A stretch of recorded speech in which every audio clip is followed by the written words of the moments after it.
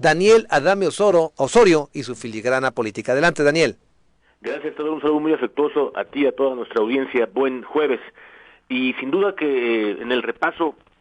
digamos, de la actualidad que hemos hecho esta semana está precisamente la construcción a falta de administración y también de política y también de desarrollo, lo que puso el presidente en las manos del país. Digamos, es lo que ha hecho básicamente durante toda su carrera,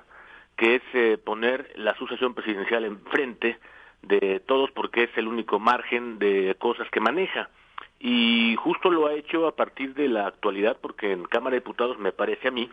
como lo percibo, es que justamente está proyectando desde allí el propósito de su plan político, que por cierto no resultó, porque el original era que pues caminara sobre nosotros, sobre todos los sectores, las personas, las familias, las empresas, también los sectores del mundo de la política, el sistema electoral, el sistema de partidos, en fin, todo ese gran espectro que es el sistema político mexicano. Como ya eso no pudo ser, ahora está, digamos, todas sus baterías puestas al servicio justo de la sucesión presidencial desde la Cámara de Diputados, me parece a mí, y yo creo que las dos maneras en que podemos verlo, por lo menos en esta coyuntura más reciente, son, número uno, justo porque los dos bloques quedó clarito ya que esos dos bloques, por lo menos en Cámara de Diputados, se van a comportar de un modo rígido, disciplinado, y miren ustedes que no vivimos el parlamentarismo, que es donde básicamente hay la idea muy clara de la disciplina de los partidos, sino que vivimos un régimen presidencial donde justamente ocurre lo contrario, nos han dicho. Pero en esa virtud,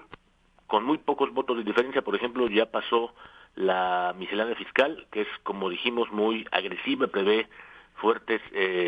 digamos, incentivos a favor, desde luego, del gobierno, que por cierto no es el propósito. Sabemos que los grandes contribuyentes son los que aportan la mayor cantidad de las contribuciones y de los impuestos en el país. Lo que busca con esta miscelánea fiscal, al incorporar muchos incentivos, reitero, a favor del gobierno, es la lógica de tener el control político, me parece a mí, y lo mismo en la otra, digamos, particularidad, donde, por ejemplo, las organizaciones de la sociedad civil no encuentran ahora muchas restricciones para poder ser donatarias, que tampoco generan muchos recursos. Otra vez es un fenómeno de control, porque los privados van a intervenir si yo, el Estado, puedo hacerlo, yo, el gobierno, puedo hacerlo. Entonces esa es una primera gran lógica de anticipar su proyecto de sucesión presidencial desde la lógica de Cámara de Diputados, porque allí está poniendo él su fuerza. Y a pesar de todo, me parece que las oposiciones, a pesar de la contrastante dificultad, hay que decirlo así porque es cierto, el gobierno venía con, la coalición por lo menos del gobierno venía con más lucidez de unidad, justo porque el presidente pone su fuerza, su personalismo, ocupan la silla del águila, en fin, y los señores de las oposiciones venían con una dificultad de ir a contracorriente, de buscar los consensos para que los tres partidos lograran los acuerdos básicos para que la coalición siguiera su curso en lo electoral, en lo parlamentario, en fin. Y me parece que la segunda cuestión de cómo irá aterrizando este factor ahora que pasará al Senado, no solamente de la parte fiscal, sino también de la intervención de todos los organismos sociales, no únicamente para este tema de la aprobación del paquete económico mexicano,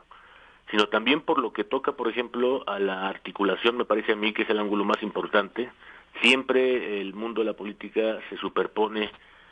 a todas las demás variables, y lo estamos viendo porque a partir justamente de todos los acuerdos parlamentarios que básicamente se traducen, si logra, por ejemplo, el presidente en este segundo punto, al que me parece más relevante,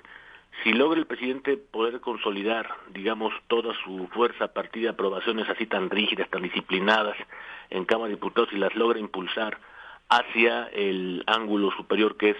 su proyecto de sucesión presidencial, vamos a ver, por ejemplo, entonces que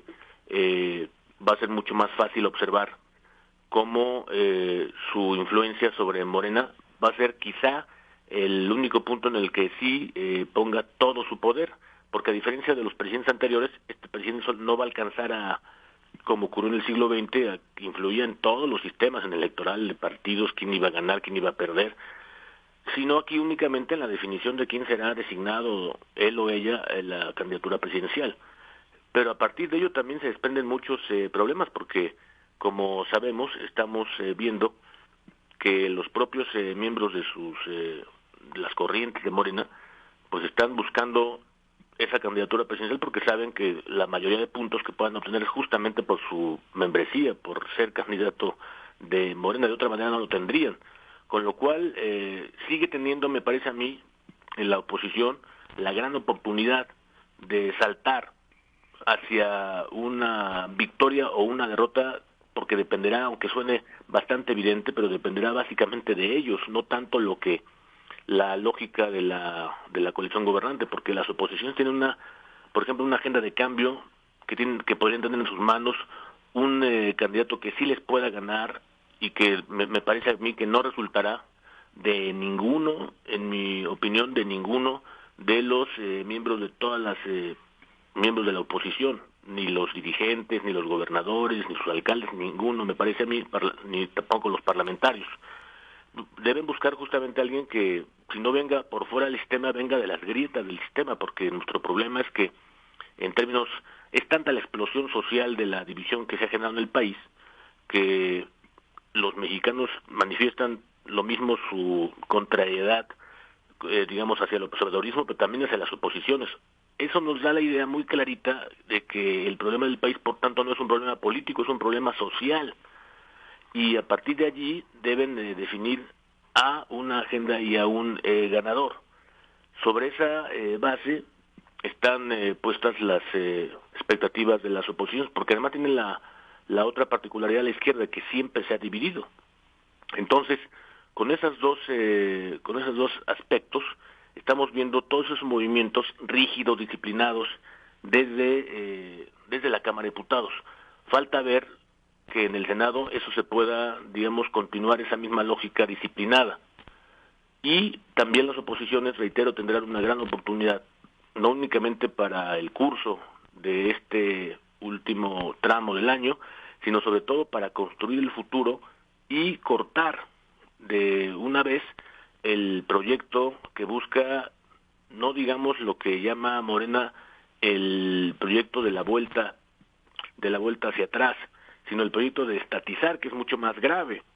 porque no permite avanzar a todos los componentes de la economía, de la política, de la sociedad, lo que confirma, me parece a mí, que la política en este momento pasaría a un segundo término porque la sociedad está mucho más explosiva. Hay que considerar, por tanto, que la sociedad ahora deberá tener la palabra para definir